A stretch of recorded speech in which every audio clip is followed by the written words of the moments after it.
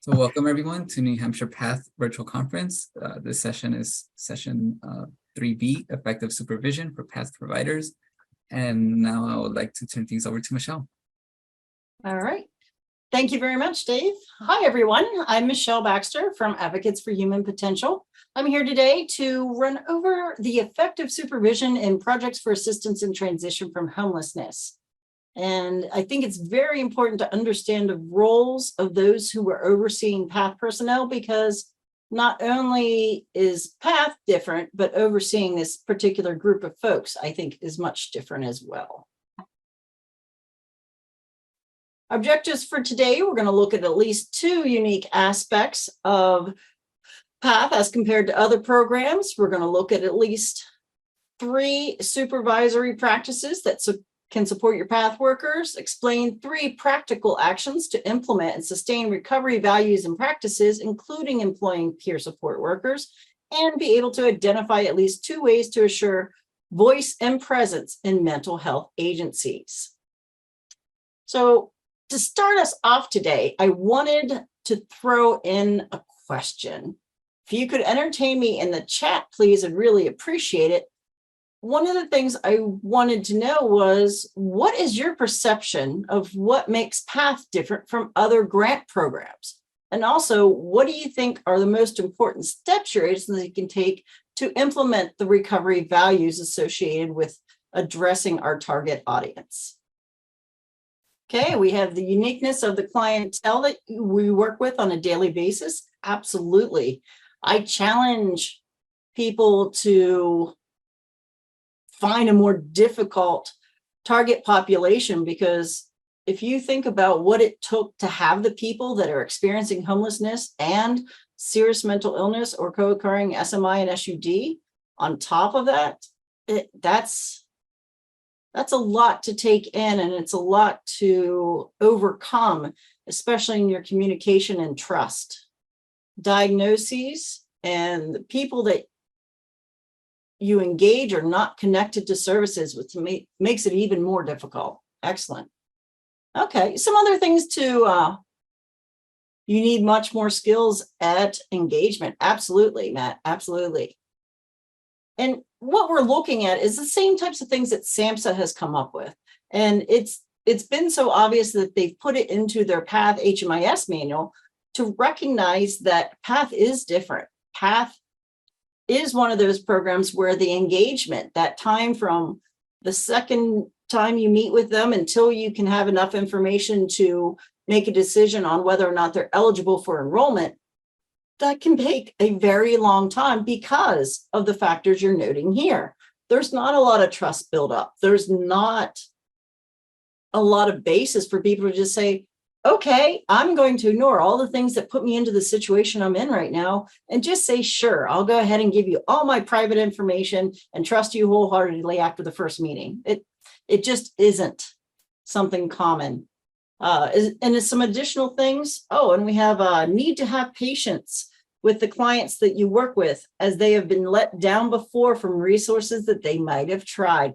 Absolutely, absolutely. Especially in times like this where the resources have numerically declined, as well as there's so much turnover in the people that are providing the services. So that consistency, that comfort level with the same face and the same organizations has left too. Wonderful. Some other things with PATH, we are very recovery oriented. And so a lot of today's discussion you're going to see is going to have those recovery oriented principles involved. PATH also has a very unique workflow, again, because of the things you've mentioned. We aren't, as I said before, going to jump from the first time we meet someone and automatically enroll them, typically. Theoretically, it's possible, but with our population, it's not probable because the trust isn't there. You've got to build up that rapport to be able to get the honest information, to make those determinations of eligibility. And that doesn't usually come in just 1 or 2 meetings. That takes time. And with PATH, the other thing that supervisors will need to consider is we use the same terminology, same exact words, but have applied 180-degree different meaning than what other programs are using those same terms for. With us, building the trust is essential. And I believe that rolls over into the supervision of the outreach workers as well. Wonderful. Thanks, guys. So some of the ways that we can look at supervision is to kind of break it down into some promising practices. One of the big things that I came across in my research for this presentation were the different types of supervision and the things that were required to utilize those types of supervision. So, for instance, when I was looking at the peer support toolkit out of Philadelphia, this is one of the things that they broke down. They said that you need to provide diverse types of supervision.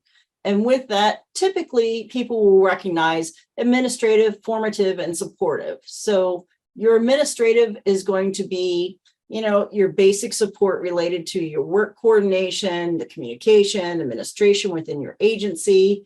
Your formative is going to be your information exchange. This is going to help you develop knowledge and skills that you can apply related to the agency as well as your role. So that might include other resources in the area. It might include knowing who to talk to about what need you have and how to potentially make connections and collaborations that might benefit those that you're trying to help. Supportive. And this is where I think we differentiate between a leader and a manager, because a leader is a person that is going to try to build up the people that they supervise and get them to a point of being so good that they could even surpass the person that's leading them currently. Whereas a manager, or sometimes a micromanager, is looking at you gotta do this, and this, and that's the only way that it's acceptable. As we go through today's presentation, you're going to see a lot of different ways that you can be supportive without using the micromanaging angle and be more of the leadership angle. So supportive is helping to strengthen a person's self-awareness and their interpersonal skills to make them be more effective overall. And I know I'm bringing you guys into here, but exercise. So what are some examples of each of the three general types of supervision, and how can each of these types apply to PATH work? So let's start with administrative supervision.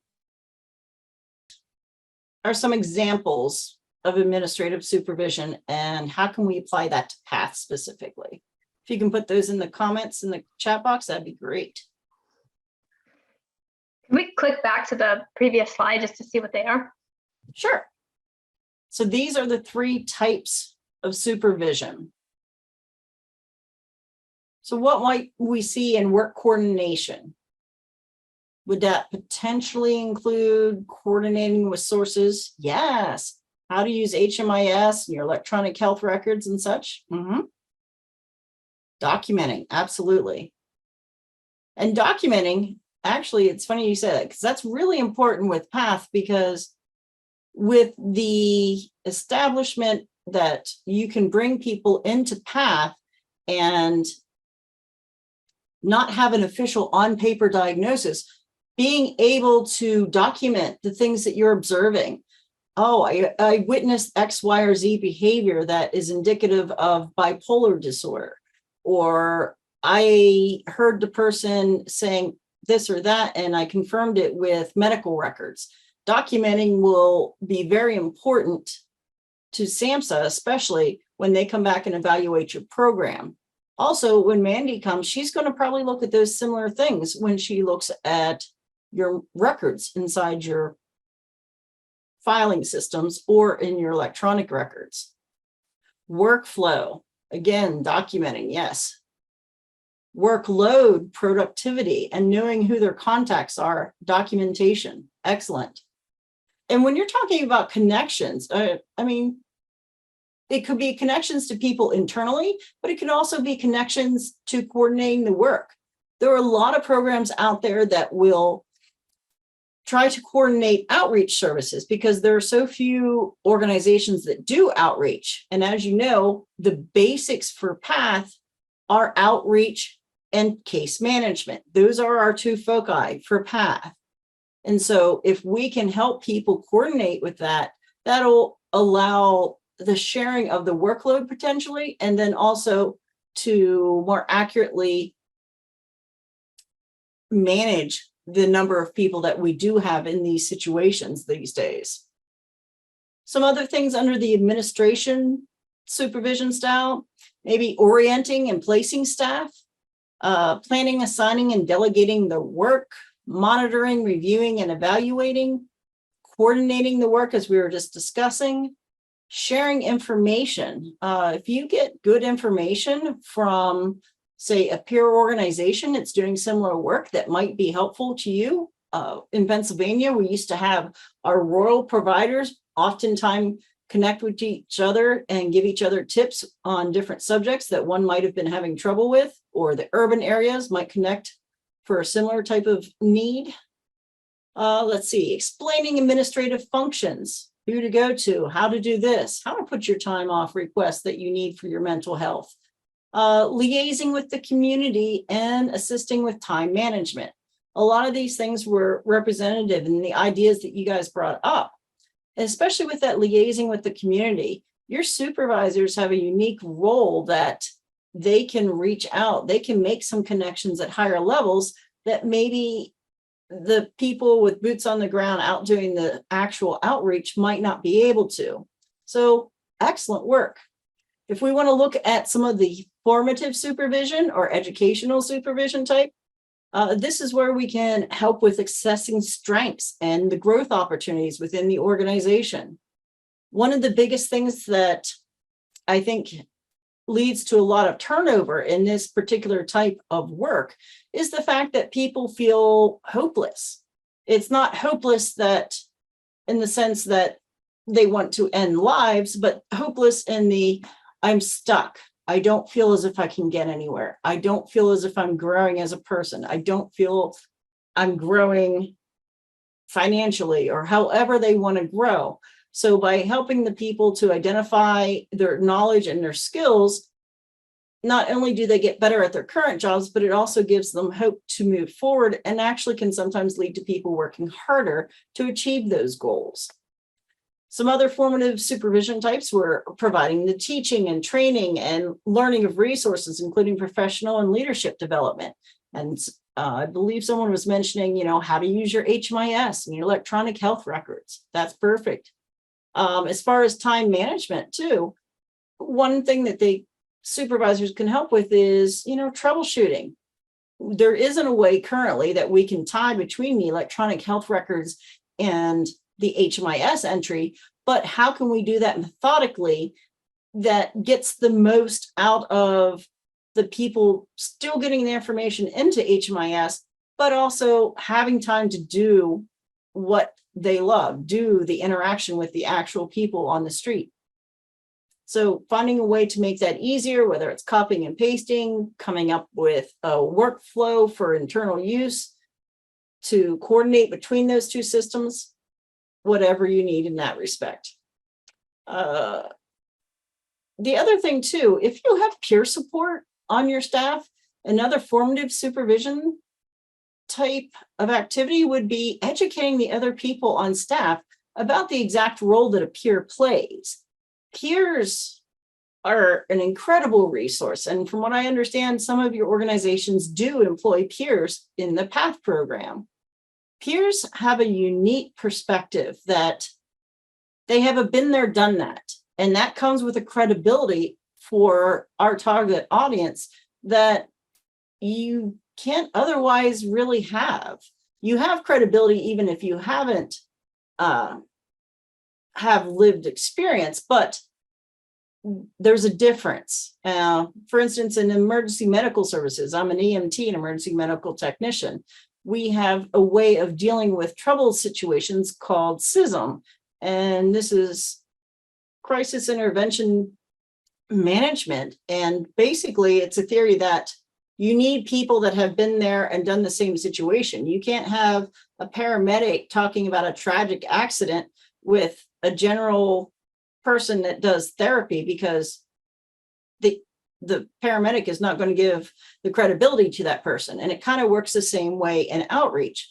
So if a person is in a really bad circumstance and they know someone else has been able to overcome circumstances and rise above and be able to have a betterment of their situation, that's going to lend a lot of credibility that might not be available otherwise.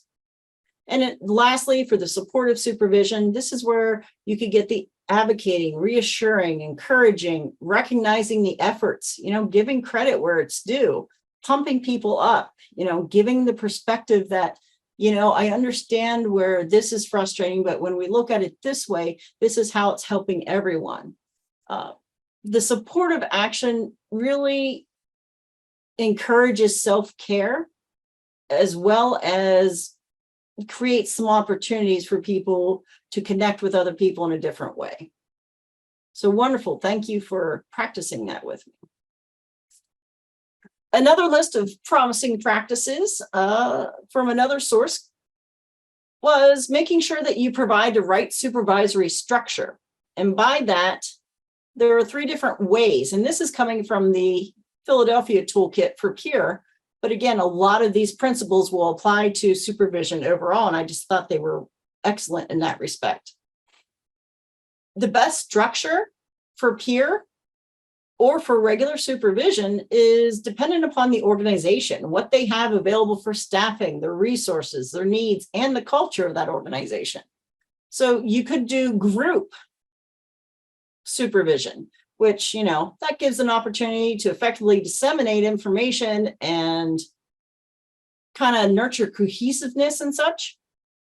If there's a peer supervision situation, that would be you give the educational and supportive supervision through the peer staff with tools specific to their roles. And with co-supervision, this is kind of where people will work together to kind of manage themselves as a group. There may not be an official higher level person there. So it depends a lot on how your organization is structured, what their staffing is, and what the exact needs are. Another promising practice is to make sure everything is consistent, accessible, and helpful. It's just like dealing with the people that we're trying to contact and reach on the streets. If we're more consistent, if we show up at that same place at the same time, and no matter where the people are, if they know that you're going to be X, Y, or Z place at X time, they know that that's a comfort to them. That's support. That's knowing that I can definitely be there.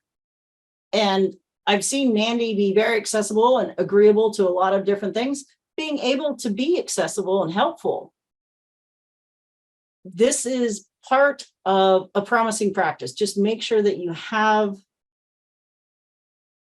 open that door, you have the open posture, you feel the need to be part of the process with the people you're supervising. It's not just an on paper type of thing. Another promising practice. Oh, I'm sorry.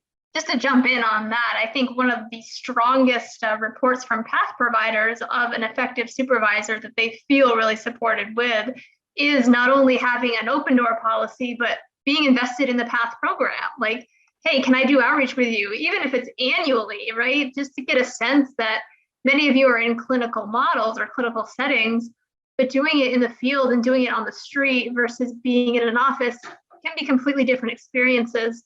So if a supervisor has that understanding of the elements that you all are dealing with, I think it really lends itself to a strong supervisory structure. Absolutely, Mandy. And that's perfect. And that's kind of where I was going when I was asking about how is PATH different and how could supervising PATH be different?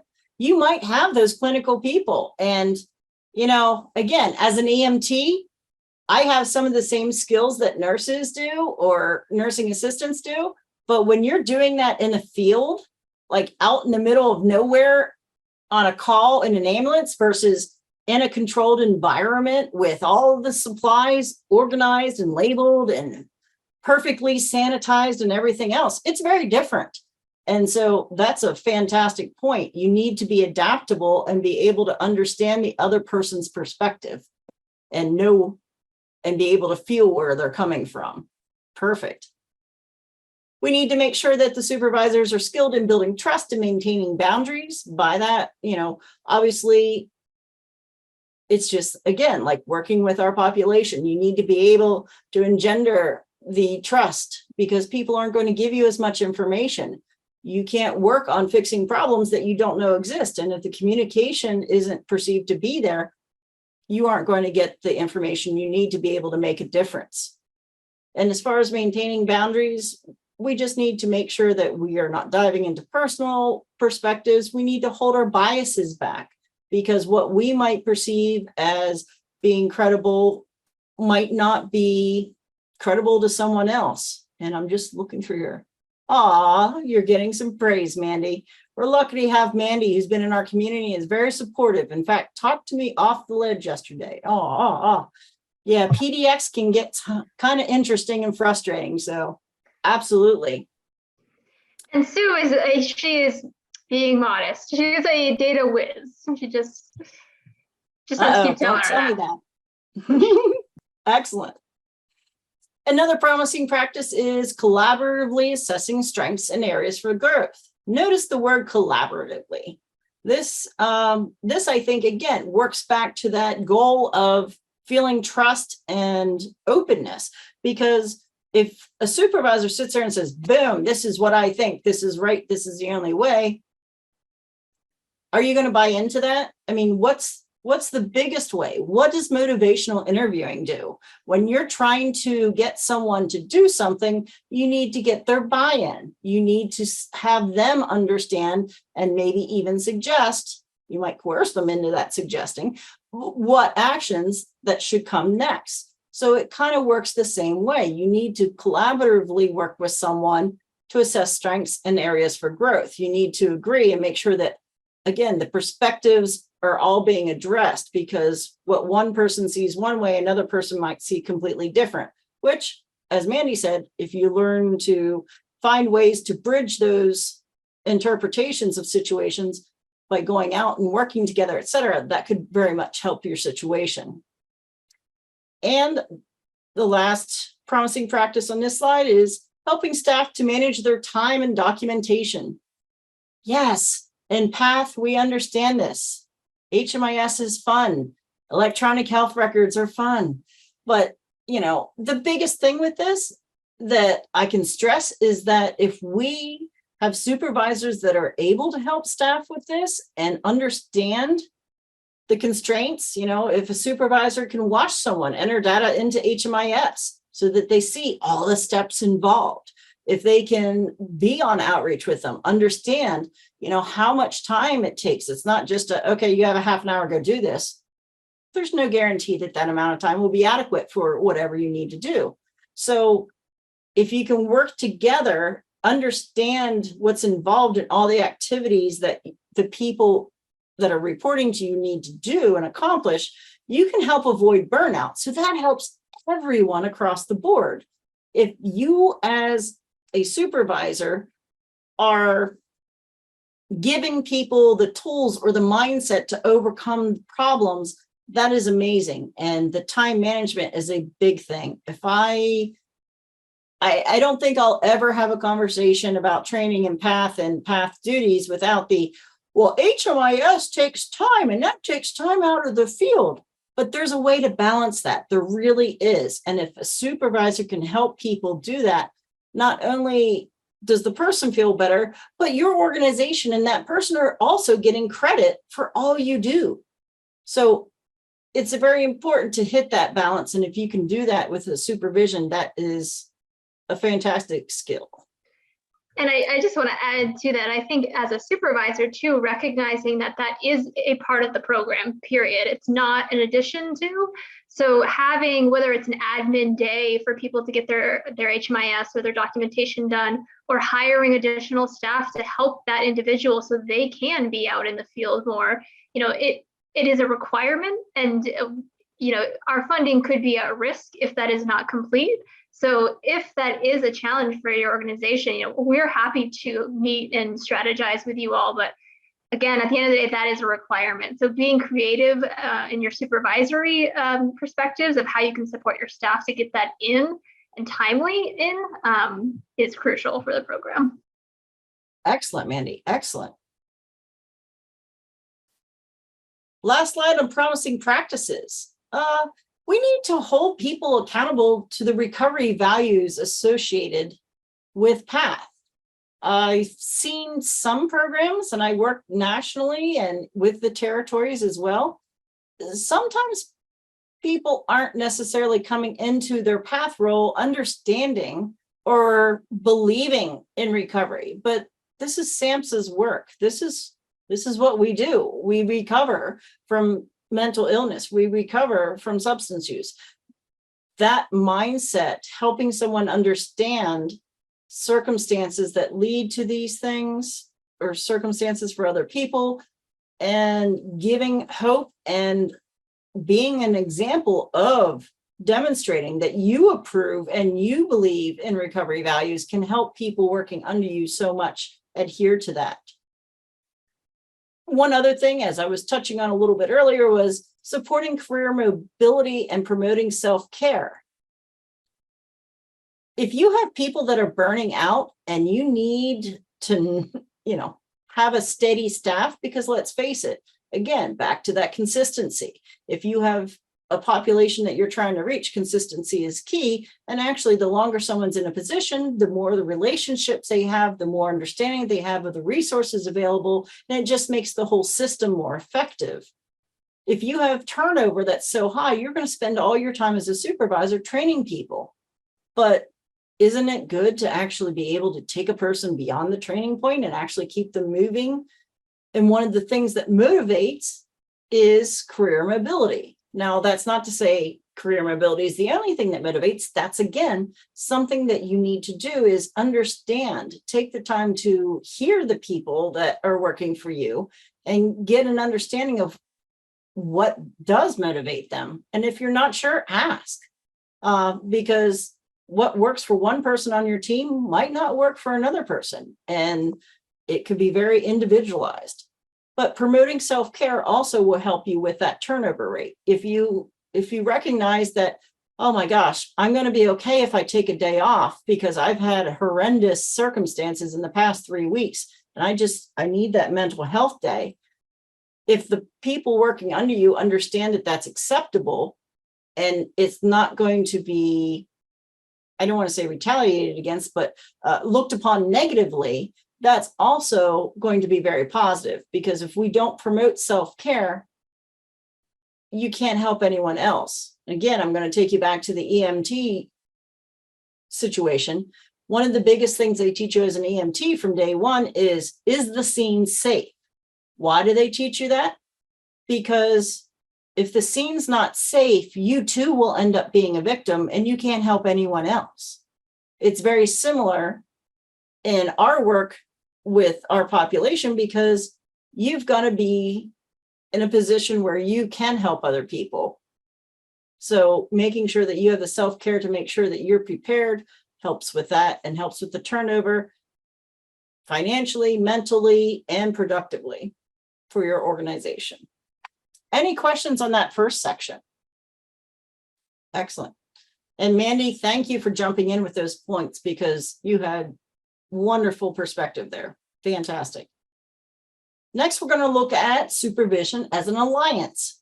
So past supervision could look a little bit different, especially if you're coming from supervision from a clinical angle. Again, when I talked about being an EMT and how you do the same things in the field versus in a controlled environment, it's very similar to what you face in supervising someone that's out in the field versus a clinical environment. So there are a lot of different elements to supervision. Typically, as we went over previously, there's the administrative, education, and supportive roles, but there's also developmental, trauma-informed, and advocative. I'm not sure how to pronounce that correctly.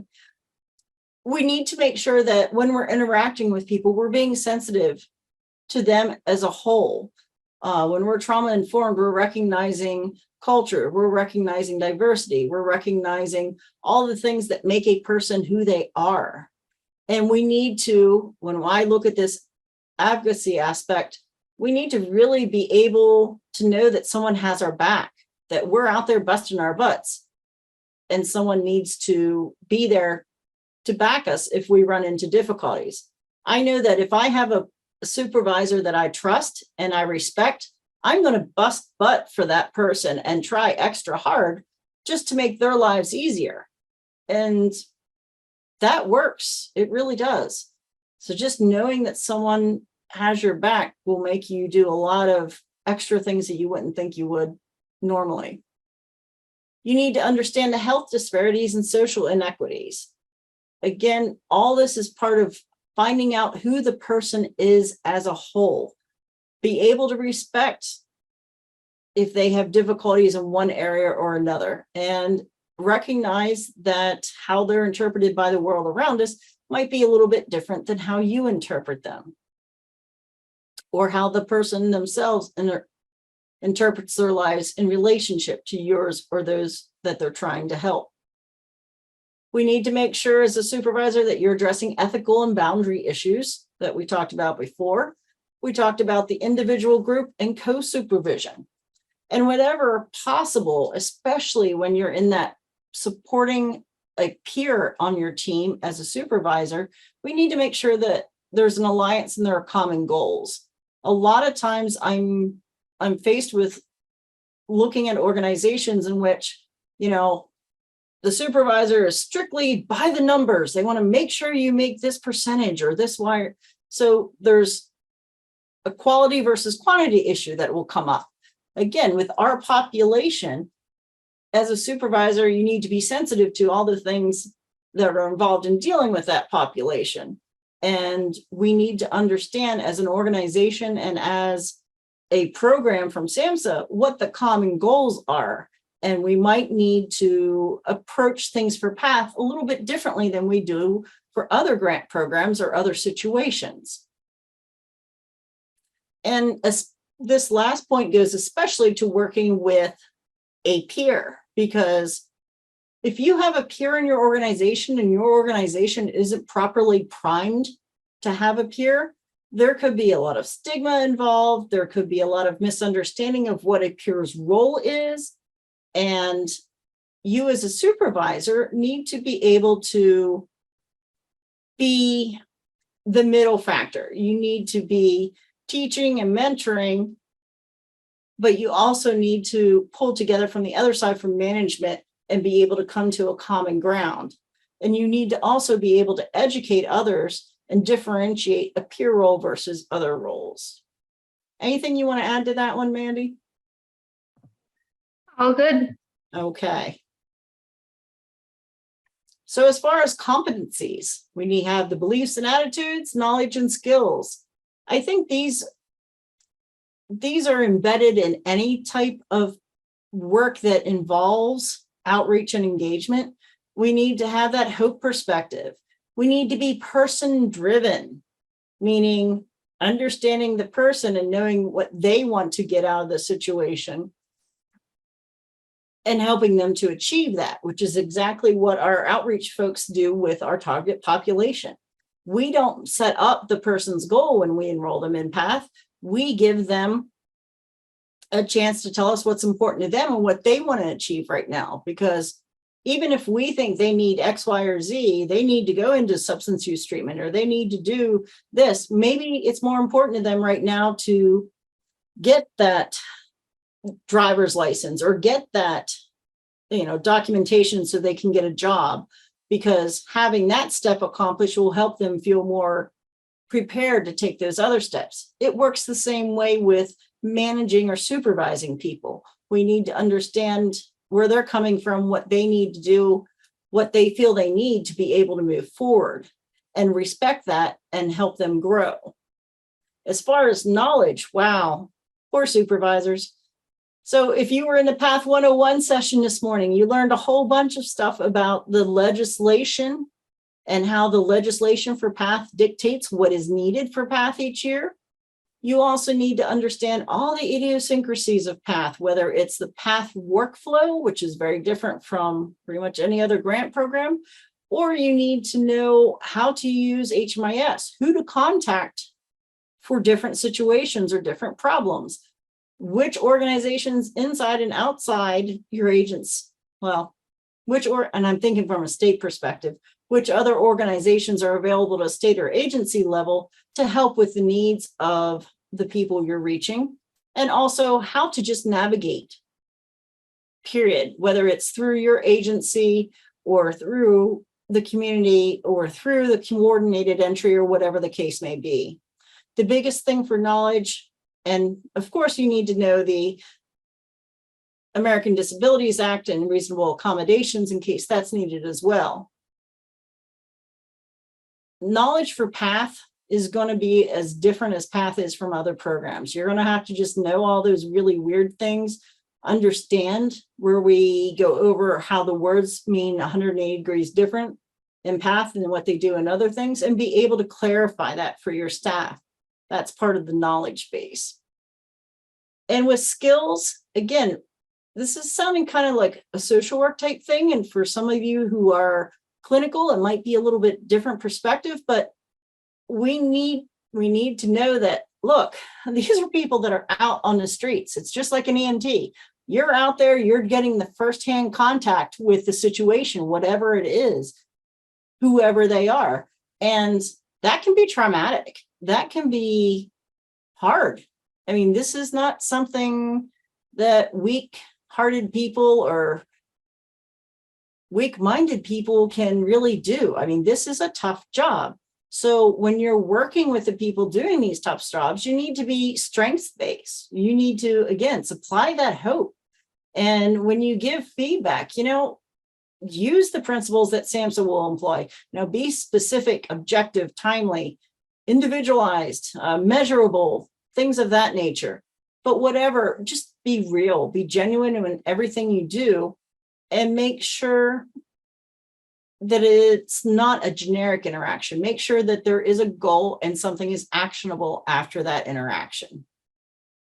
I know that seems like 101 for those in social work, but a lot of times these types of things are overlooked, and it goes right back to, hey, do I feel respected? Do I feel as if my needs are being met? And do I think that I'm getting what I need to do my job properly?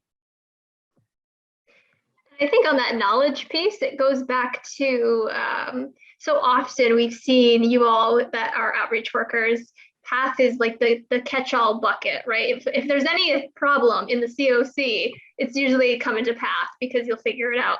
And I feel like sometimes within agencies, that same kind of dynamic comes up where all of the knowledge for PATH and all of like that workflow and HMIS and coordinated entry and all of these things the PATH providers must know doesn't always translate to supervisors, right?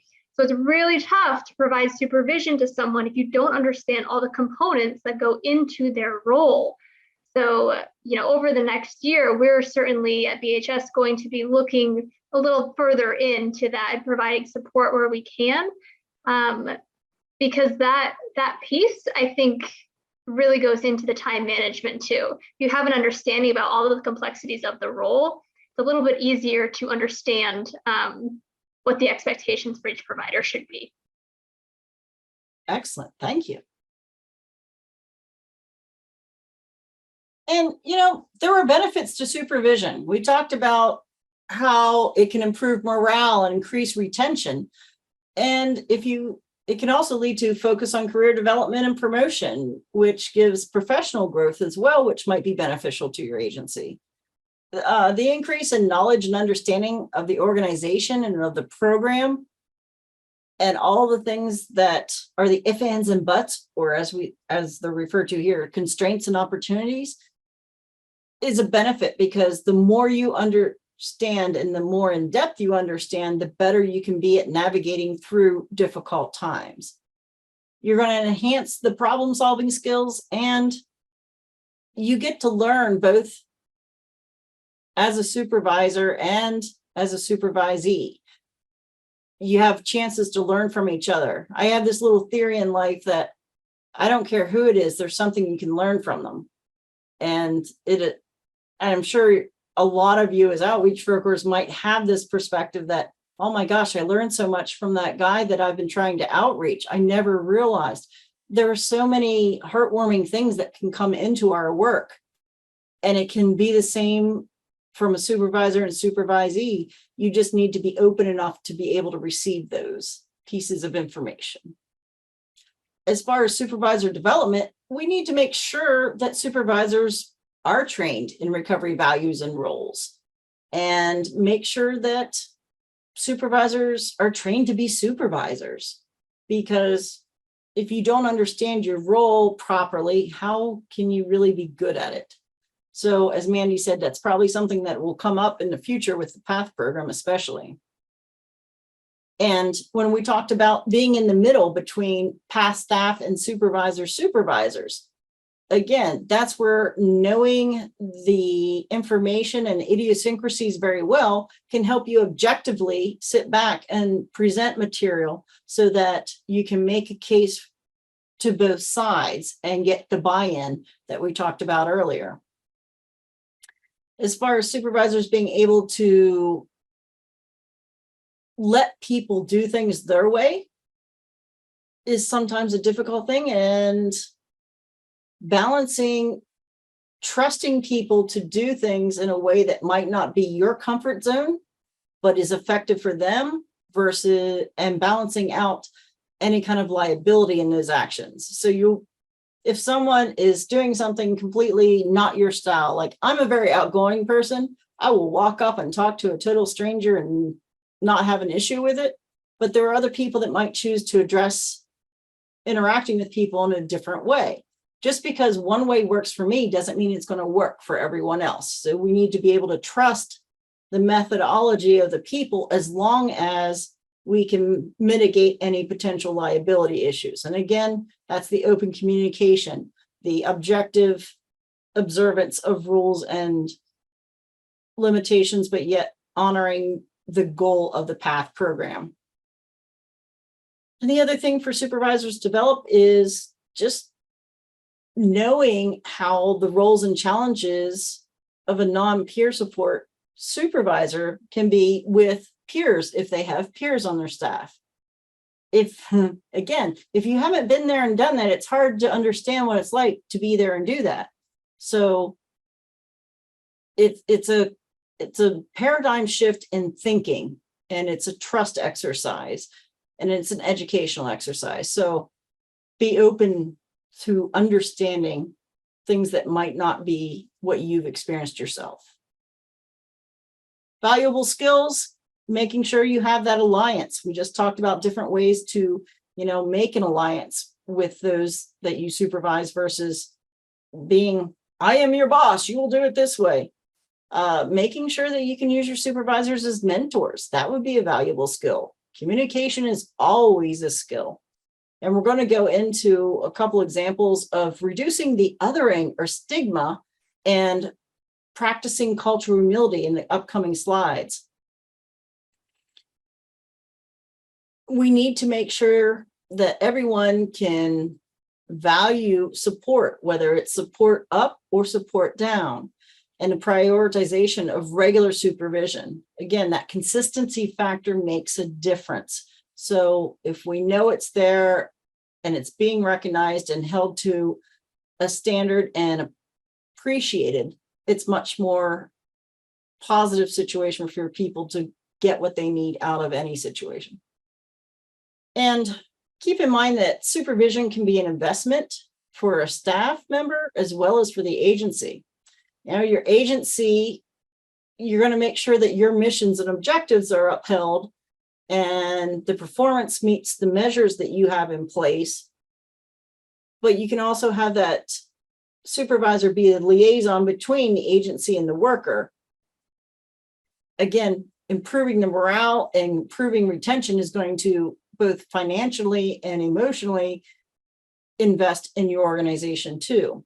As far as the workers, your workers deliver better outcomes when they learn and are able to explore and discuss things with their supervisors, they're going to increase their power to problems shoot and, solve issues. It's going to help clarify and objectify situations, and so they can make better decisions. And ultimately, if you have a good supervisor, the employee is going to feel empowered and motivated, and overall, and at least it does for me, help me be working even harder because I respect the person with whom I'm reporting. So when we're looking at suggested approaches, there are a lot of different things to take into consideration. We need to be familiar with mutuality. We need to work together and work from that perspective that we have a common goal. We need to make sure that things are in alliance and recognize that, sometimes we have to step back and take a different role, make sure that we are mitigating between the needs of one perspective versus the other. We need to make sure that we're encouraging the growth and getting feedback and making sure that all the information provided is recognized. And above all, we're going back to that being trauma informed. Barking orders at someone isn't necessarily the best rule. And when we look at the ACEs studies that I'm sure all of you are very familiar with at this point in your careers, there are so many factors that can make that person's filter what it is, that you can't assume that everything that has gone into making that employee who and what they are today. So being trauma informed and sensitive to their needs and not just asserting force is an absolute need in supervision in this world. So if you're not a peer and you're trying to supervise peers, and again, I'm throwing some of these in because it's very important overall, but some of the perspectives are very helpful, especially for peers.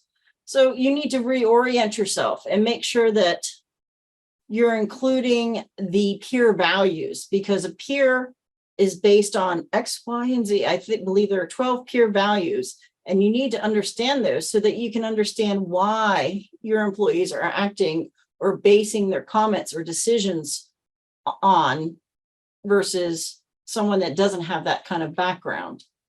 Be familiar with and understand that the person that is a peer might be facing challenges just because they are a peer.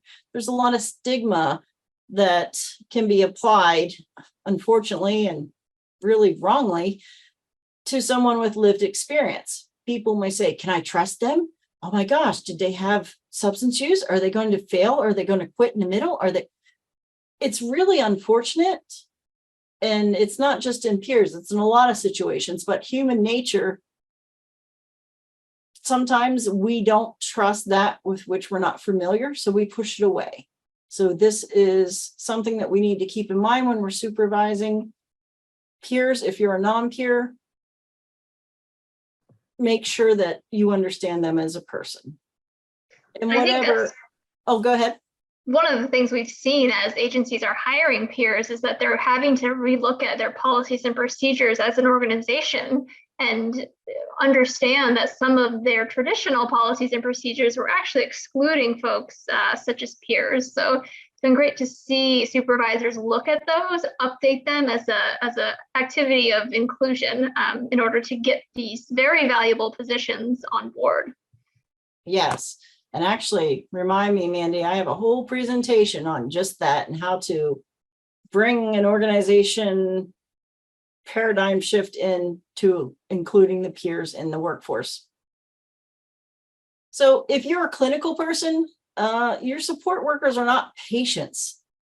They are actually your coworkers. These are people doing a valuable job as well. And actually from a different perspective, often than a lot of us can do. So we need to make sure that if you're a non-peer that you still advocate. You need to understand your own biases and make sure that you put them aside in order for you to be able to understand to the fullest amount and be able to advocate for that person. The other thing is, one big thing in the peer culture is that you potentially could be disclosing part of your history and part of your journey as a tool to help someone else.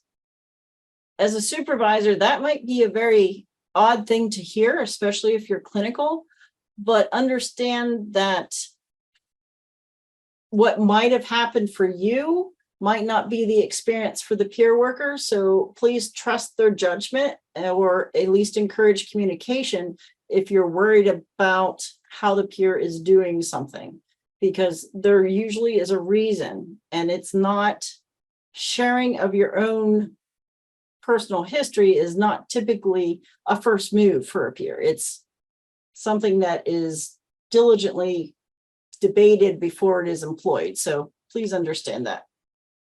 Please make sure that too, when you're supervising peers, you have that agency responsibility, but we also need to educate the agency on the purpose of value, etc., of the peers.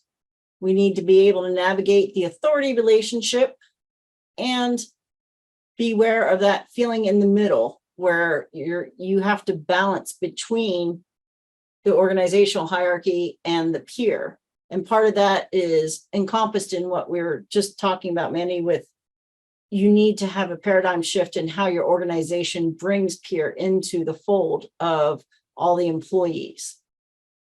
Okay, so there are some training topics that can be helpful for all staff, whether they are supervisors or not. The goal of these types of trainings are to bring everyone back to a common ground. And again, you need to have that common goal so that you can agree where you're going. Some of those training topics would be the recovery values that we've talked about so far. We need to make sure that people understand that just because someone is experiencing a mental health condition or substance use disorder doesn't mean that they're useless individuals. That this is something that, again, SAMHSA reinforces can be overcome, and there should be hope involved in that. You need to learn about person-first language. You need to be informed also about how to work from a person's perspective and not assume that you should apply your own values to that person's situation. You also need to be able to define peer support and explain how it works to other people and show the evidence for it so that there is buy-in from everyone around you in the organization. Some more training topics, obviously, something that can be used for everything, even though people tell me my communications degree isn't worth anything. Communications are in part of everything. And you need to be able to learn to discuss rather than debate. There's a big difference there. Some people cross that line occasionally, but we need to be able to take out the emotion and actually communicate without the words or the nonverbals that indicate something very different. We need to practice cultural humility, reduce that, oh, they're not us, and stigmatizing behaviors that are very common in our society, whether we like to admit it or not. We need to challenge the negative attitudes that are potentially involved with those that are working beside you and have lived experience. And as I mentioned earlier, we need to know the person and teach people to look at a whole person and understand them before they can help them motivate themselves or others. We talked about experiential learning a little bit earlier, but I'll give you an example in the upcoming slide. A lot of times, if you haven't actually tried to go through an exercise or to, oh, in theory, yes, I know what motivational interviewing is, until you've sat and actually tried to employ motivational interviewing with someone in person, it could be very different. What you think of it versus doing it isn't the same. So when we say experiential learning, I'm going to give you some activities that we aren't going to make time for today, but things like active listening. So this is making sure that each person can speak and allow someone else to speak, and make sure that you're actually getting what you need to out of active listening. When we talk about giving feedback, again, we're back to the SAMHSA principles. Make sure it's specific, objective, timely, individualized, genuine, and actionable. Making sure you check all those boxes is not the easiest thing. And to be able to consciously make an effort to do that each time you interact with someone can take some practice. So that's why we want you to experience that. Another activity that you might want to try is the negating of othering, stigma, and allyship. So you might want to, it's basically bringing understanding to people that are experiencing othering or stigma. You want to describe an experience where you felt othered or stigmatized by someone else. And hearing someone else's perspective on how they feel because of something could very well enlighten you. And the same is in place with stigmatization and how you would defend that. When we talked about dialogue versus debate, that's another exercise that I would strongly encourage. Dialogue is actually listening and sharing from personal experience and asking questions to understand versus trying to make your case.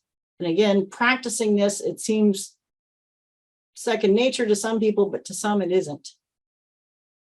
And just as an extra thing, I threw in this intersection of privilege, domination, and oppression. Again, a lot of the DEI or diversity, equity, and inclusion efforts that are out there right now focus on really understanding your own internal dialogue and biases and putting them in check before you interact with other people. So you may have some of these types of exercises already in place, but it also is an educational tool because you may not know what it's like to be the opposite sex or what it's like to be just different in any way, race, religion, sex, sexual orientation, anything. So it's a good learning experience. All right, so just generally, for those of you who do have peers in your organization, I just want to point out, Mandy was mentioning how having a peer can be very beneficial, and I just kind of want to reinforce that here. Know that peer services are evidence-based. They can be creative and non-traditional, but beneficial to those that are using traditional services.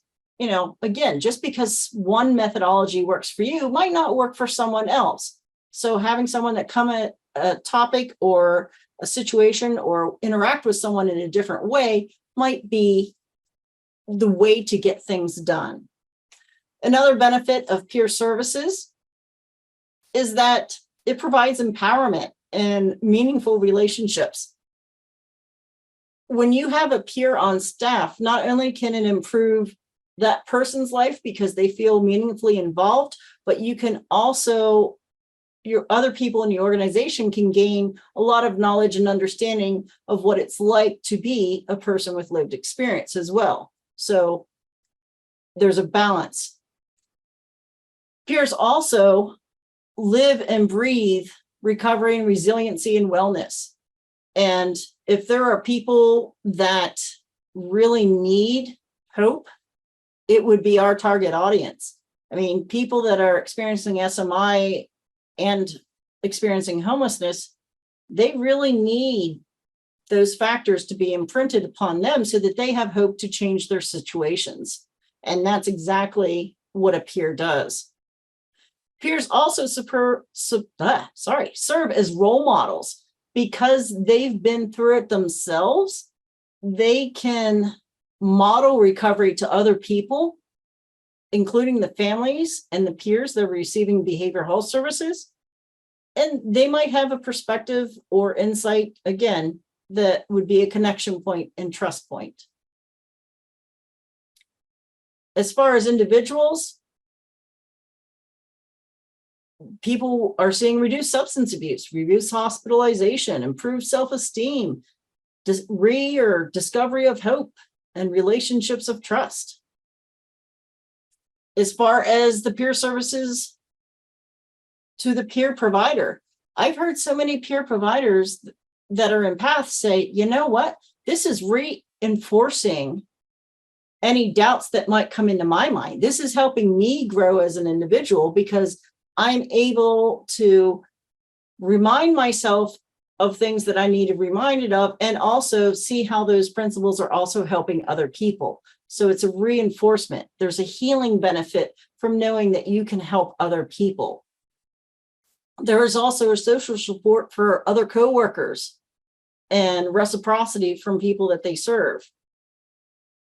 You also, if you're a peer, you're feeling this self-efficacy and self-efficiency because you now have an increased income more than likely. And as with all of us, this feeling of purpose obviously can add to the benefits for the peer themselves. I'll skip our definition of peer for now, or Mandy, do you want me to go through that?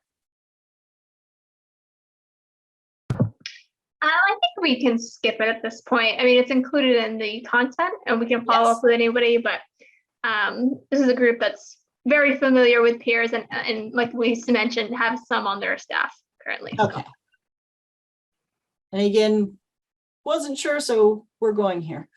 And PATH, I mean, this is being, and we've mentioned this before, the instilling hope, possibility, and belief in potential for recovery, and helping people set and implement goals, not setting those goals for them because they understand that it needs to be what you want and it's person-centered. They have the credibility of they've been there, done that, and they add value because it helps the people understand the pure voice in promoting wellness, recovery, and self-determination. When we talk about peer, you've probably learned all of these, but these are the core values that we mentioned earlier, the 12 core values, and person-driven. I really love that aspect because that is something that in PATH is sometimes overlooked. Some people say, oh, housing, that's the only thing that we want you to do, housing. But in all reality, if having someone in a better tent or on a cot instead of sleeping directly on the ground improves their quality of life, that's a step. And once they've taken that step, then they might feel encouraged or empowered to take the next step. And, oh, well, maybe I will start going to a counselor. Maybe I will start doing this. So just be very careful. Just because PATH is generally perceived as a program specifically for housing, it's also a program for meeting the person where they are and doing what that person needs to do to feel enabled to move forward in their progression. And we really see that as a form of harm reduction, honestly, for housing, of like exactly as you're saying, that meeting them where they're at is a way to propel forward that engagement in that relationship, which could ultimately result in a housing connection at some point, if and when they're ready. And that's the thing too, if a person's not ready for it, if you put them in a housing situation, they might not succeed. And if you burn a bridge, that's really bad. So yeah, making sure that it's what the person is ready for and wanting at that time is very important. When we talked about peer benefits, having the voice and making sure that people understand that peer is a valued service is very important, and making sure that, you know, just like anything, include all the people involved in the process to give some feedback and some input in moving forward in the designs of policies and programming. When you're trying to develop personnel, there are a lot of different aspects. As we talked before, not everything is going to be the same motivator for everyone. So there are a lot of different things to consider. Do they want merit increases? Do they want reciprocity? Do they want continuing education or increased job responsibilities? Because that giving me more work and knowing I can succeed really fulfills me. Is there an opportunity for promotion? Maybe I'm 51 and I sit back and I'm like, you know what? I just want to be really good at what I do. I want to be able to disseminate whatever beneficial information I have. I don't really feel the need to have 15 people reporting to me, and I don't need to be the CEO of the company by the time I retire. Might be a very different perspective from someone else. So find out what motivates a person as far as their career development, and find out what you can do to help them get there. When you're promoting career development, how can you do that? Discuss it. Again, I know it's so simple, but people say, I don't know. I'm like, did you ask?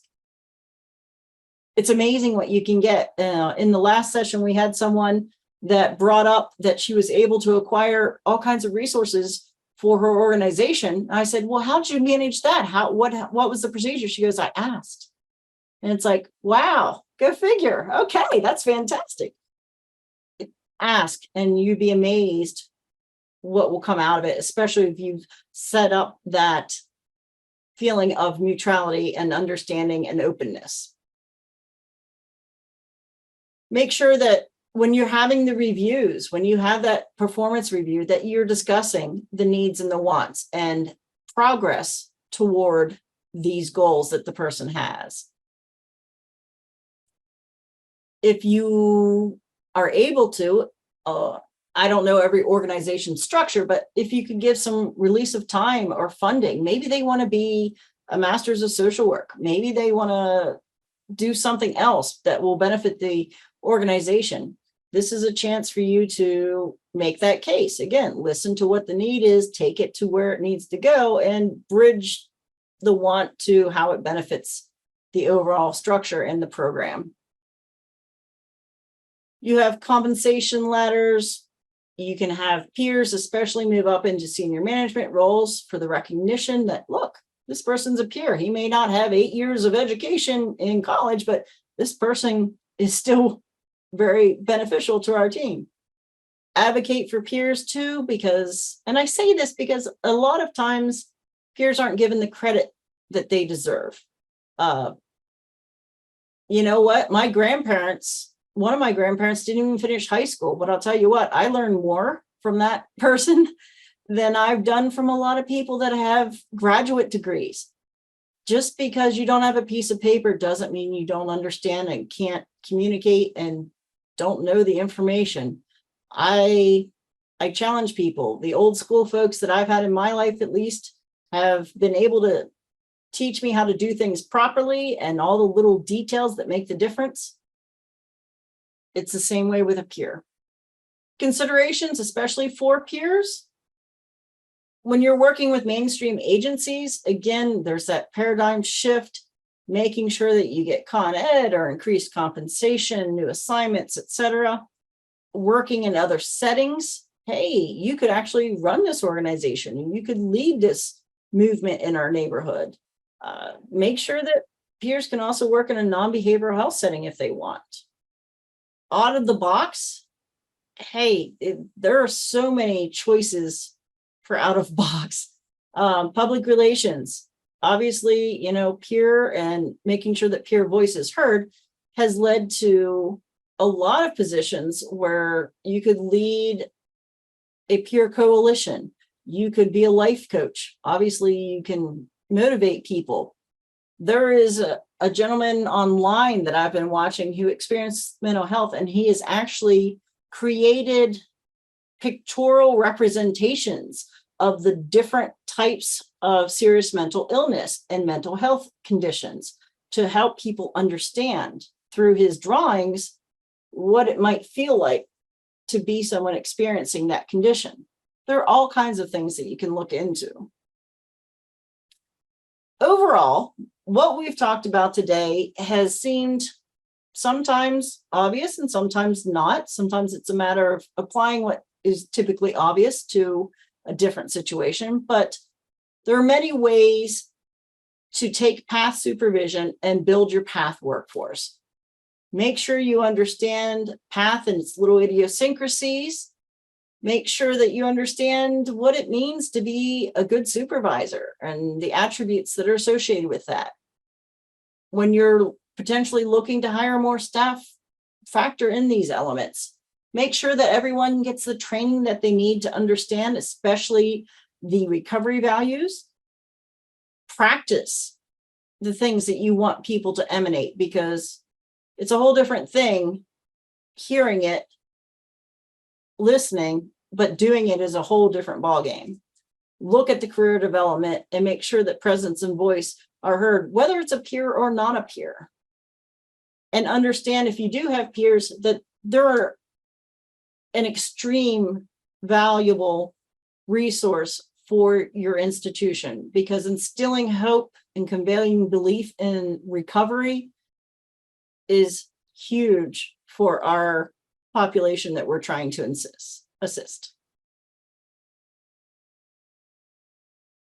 Here are a bunch of references that you can use.